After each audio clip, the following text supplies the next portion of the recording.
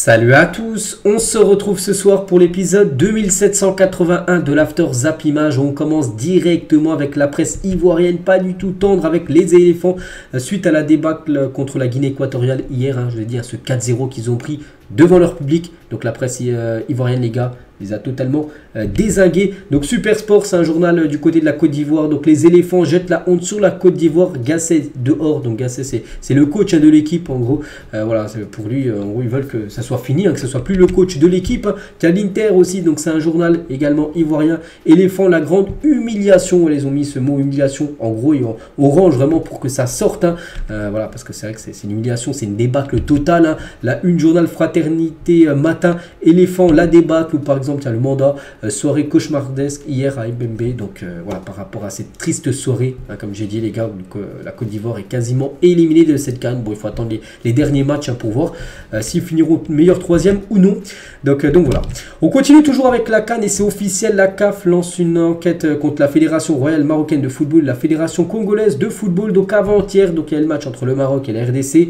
Il y a eu un partout, mais c'est surtout à la fin du match où c'est un petit peu débordé, où il y a eu quasiment une bagarre générale. Voilà, bref. Donc, du coup, la CAF annonce qu'elle ouvre une enquête et annonce qu'elle ne fera aucun autre commentaire sur cette affaire jusqu'à ce que l'enquête soit terminée. Donc, voilà, il y aura des sanctions, peut-être des sanctions financières, il y aura peut-être des sanctions, je sais pas, de points. Enfin, j'espère pas, parce que voilà, ce serait un gros coup dur pour les équipes de perdre des points, surtout que là, c'est les matchs de poule, tout ça, on verra. On en reparlera quand l'enquête sera terminée. Toujours avec la CAN, donc on sait actuellement 10 nations officiellement qualifiées pour les huitièmes de finale. La Guinée équatoriale, Nigeria, Cap-Vert, Égypte, Mali, Maroc, Burkina Faso, le Angola et le Sénégal sont pour l'instant les 10 équipes. N'oubliez pas que dans 2 heures, parce que là je sors la vidéo à 16 h, à 18 h, donc il y a 2 matchs en même temps et aussi à 21 h ce soir. Donc on connaîtra certainement des nouvelles équipes bien sûr qualifiées, enfin c'est sûr, voilà, les nouvelles équipes qualifiées pour les huitièmes de finale. Mais pour l'instant ces 10 là sont sûrs d'avoir leur ticket pour les huitièmes de finale. On continue, on va parler de Karim Benzema. On sait que Benzema depuis quelques temps c'est très délicat sa situation et Marcelo Gallardo, son coach du côté de Al Ittihad, refuse de réintégrer Karim Benzema dans le groupe de Al Ittihad. C'est fou, il s'entraîne mais il s'entraîne tout seul Benzema. Pourtant il est du côté de Al Ittihad, enfin Riyad en Arabie Saoudite, mais il ne peut pas s'entraîner avec son club.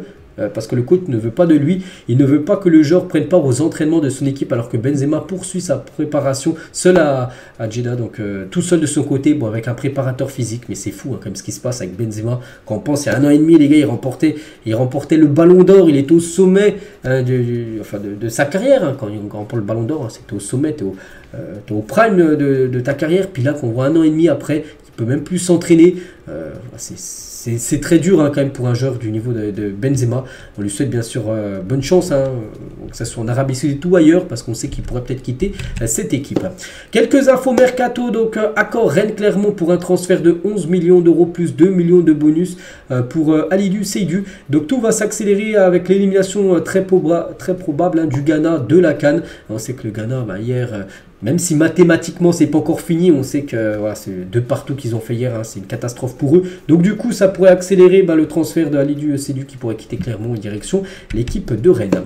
Le LOSC réclame 50 millions d'euros minimum au PSG pour Lenny Yoro. On sait que ce joueur pisté par beaucoup d'équipes, le PSG, je sais qu'il y a le Real Madrid, je crois qu'il y a aussi des clubs anglais également intéressés. Donc voilà, Lille en veut au moins 50 millions d'euros, vraiment minimum.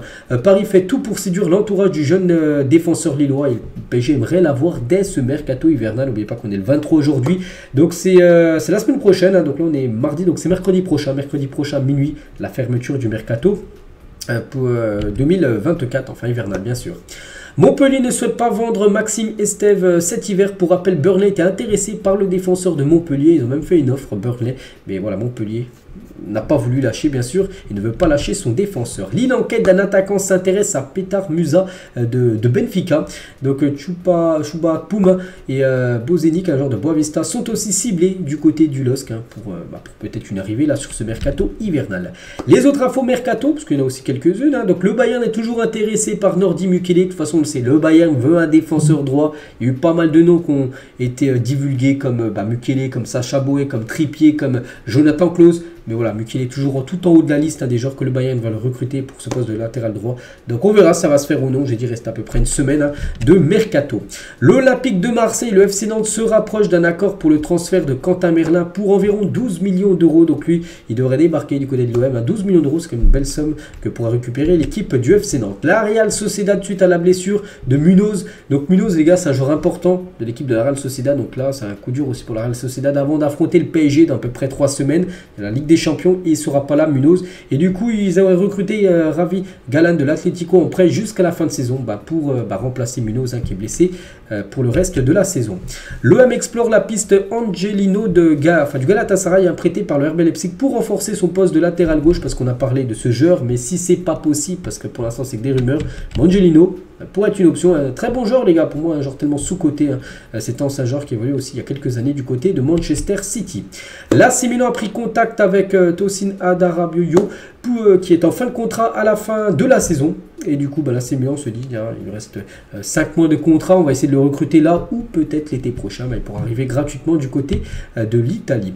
L'Atlético Mineiro, donc c'est une équipe brésilienne, propose 5 millions d'euros pour Luis Enrique de l'OM, mais l'offre est jugée insuffisante. Le club brésilien doit augmenter son offre pour convaincre Marseille de lâcher tout simplement Luis Enrique qui n'a jamais réussi à s'imposer du côté de Marseille.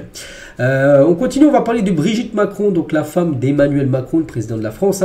Elle suggère à Didier Deschamps de sélectionner Ito en équipe de France. Donc Ito, c'est un joueur de Reims. Donc Brigitte Macron, elle a dit, il y a un japonais qui joue très bien Reims, comment s'appelle-t-il déjà? Journaliste de Champagne FM, il a dit Junya Ito, donc le joueur là, qui joue actuellement la Coupe d'Asie. Donc Brigitte Macron, elle a dit oui, Ito c'est ça, il est très beau, il faut le sélectionner dans l'équipe, Didier. Pourquoi vous ne le prenez pas? Il dit Deschamps, il a dit parce qu'il est japonais, bien sûr. Donc bon, voilà, on la pardonne parce qu'à mon avis, elle suit très peu le football. Elle ne sait pas, peut-être qu'en équipe de France, c'est seulement les joueurs français qui peuvent jouer avec l'équipe de France et non les joueurs japonais. Darko Peric, acteur dans la série La Casa de Papel, je pense que vous l'avez tous déjà vu, les gars. Et hier, il était dans le gala Mundo Deportivo, il a dit non, je n'ai pas été appelé pour le braquage du Bernabéu contre Almeria, parce qu'on sait que ça a beaucoup fait parler ça. On sait que le Real Madrid, avec les décisions peut-être favorables de l'arbitre lors du match contre Almeria, donc voilà ce qu'il a pu dire, cet acteur de cette série. Paul Bernardoni parle de son passage terrible en Turquie et notamment du décès de son chien par empoisonnement. C'est chaud, donc il a dit humainement ce fut terrible déjà, et tant pis si ça peut faire sourire, mais mon chien qui m'accompagnait depuis mon début de carrière a été empoisonné. C'était lors d'une promenade avec ma femme là-bas, il y a beaucoup de chiens errants et les gens n'aiment pas trop. La mort de mon chien a accentué mon envie de quitter vite à ce pays, donc le pays turc. Il a dit, pour être complètement transparent, je n'ai pas été payé une seule fois normalement avec le salaire mensuel prévu dans mon contrat. J'ai été payé 2 fois. La première après l'intervention de la FIFA et la seconde au moment de résilier mon contrat. Pendant les 2 premiers mois, je n'ai rien touché. Donc voilà, parce qu'il a été avant c'était un ancien joueur qui évoluait à Angers, je crois, et il a été transféré du côté de Konyaspor. En gros, il dit qu'il n'était même pas payé tout ça. Donc c'est pour ça qu'il a résilié son contrat pour revenir en Europe. Il joue maintenant, comment dire, du côté de la Suisse, Yverdon. Voilà, c'est son nouveau club. Donc voilà, en gros, il a dit que c'était terrible son aventure là-bas turque pour Paul Bernardoni. Et on finit aujourd'hui, les gars, après son sublime but avec Brentford. Donc avant-hier, le français Moupay est allé rendre visite à l'équipe handisport du club. Tous les membres de l'équipe sont porteurs de la trisomie 21. Super geste de la part de cet attaquant Naël Moupay qui jouait du côté de Nice il y a encore quelques années. Donc voilà, les gars, ce qu'il y a à dire aujourd'hui dans cet After Zap Image. J'espère que ça vous a plu. Nous on se retrouve bien sûr demain mercredi pour le prochain numéro. Je vous souhaite une bonne soirée et à demain.